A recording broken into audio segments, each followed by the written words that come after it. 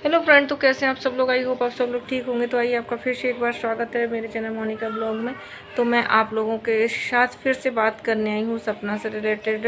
सपना के बारे में कुछ बात करनी है आप लोगों से, जो मैं आपको बताने जा रही हूँ कि सपना के साथ क्या क्या हो रहा है, वो क्या क्या फेस कर रही है, वो कैसे कंडीशन से निकल रही। तो फाइनली वो ग्वालियर शिफ्ट हो गई है। 3 दिन तक वो सिर्फ अपनी फ्रेंड शिवी के यहाँ भी रही, क्योंकि वही एकदम से घर से निकलना और फिर कहीं घर ढूंढना आसान नहीं होता है। रेंट से घर बहुत मुश्किल में मिलता है। ये मैंने सब चीज़ें फेस करी है, तो मुझे पता है कि रेंट से घर बहुत मुश्किल से मिलता है।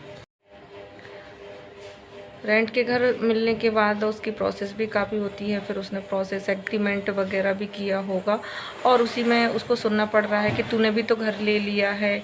तो भाई, रेंट के घर में और लेने में बहुत ज़मीन आसमान का फ़र्क होता है, यहाँ से यहाँ, है ना। ले भी लेगी, ऐसा नहीं है नहीं ले पाएगी, लेकिन थोड़ी सा उसको टाइम लगेगा, वक्त लगेगा। वो घर भी ले लेगी। घर क्या चीज़ है यार, कमाएगी, अच्छे से ईमानदारी से रहेगी, सब चीज़ें ले लेगी।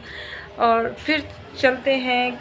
ये भी सुना है कि जो उसे सपोर्ट कर रहे हैं, तो उनके लिए भी गलत गलत कमेंट, गलत गलत बोला जा रहा है। तो भाई, सपोर्ट करने वाला हर बंदा गलत नहीं होता है। जैसे लखन भैया हैं, उनने उसका सपोर्ट किया, तो क्या वो घर उसका उजाड़ने चलेंगे? अरे भाई, ऐसे घर नहीं उजड़ते। घर खुद से ही उजड़ते हैं, नाम दूसरों का दिया जाता है, पर ऐसा नहीं है वे कि कोई किसी का घर उजाड़ ले। जब तक हम खुद गलत नहीं होंगे, तो हमारा घर कोई नहीं उजाड़ सकता है। ये तो अपना पल्ला साफ करना हुआ कि उसके ऊपर ब्लेम डाल दो कि घर वो उजाड़ने जा रही। हिस्सा मांगे तो बोल दो कि अब तो वो तीसरी शादी, भाई आसान है तीसरी शादी करना उसके लिए। उसके दिल से पूछो, उसकी बच्चियों से पूछो कि जिसके 2-2 पति चले गए हैं उसके, तो वो तीसरी शादी करने की उसकी हिम्मत होगी? कभी नहीं हो सकती,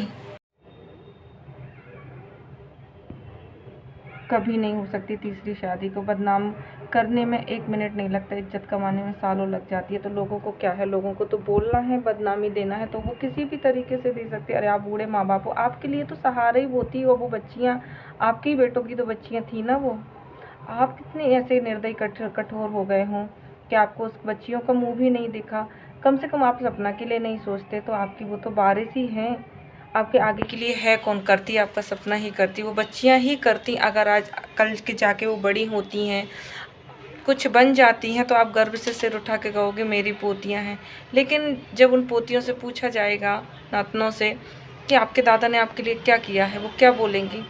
आप तो गर्व से फिर भी सिर उठा लोगे कि वो मेरी पोतियां हैं, नातने हैं, पर वो तो नहीं कर पाएंगे यार आपको फेस, अंकल जी। तो आप समझिए, घर उजाड़ने वाले 1760 मिल जाएंगे, बसाने वाला कोई नहीं मिलेगा। इकलौती आपकी बहू है जो आपका साथ देगी, तो अच्छे से मिलजुल के रहिए।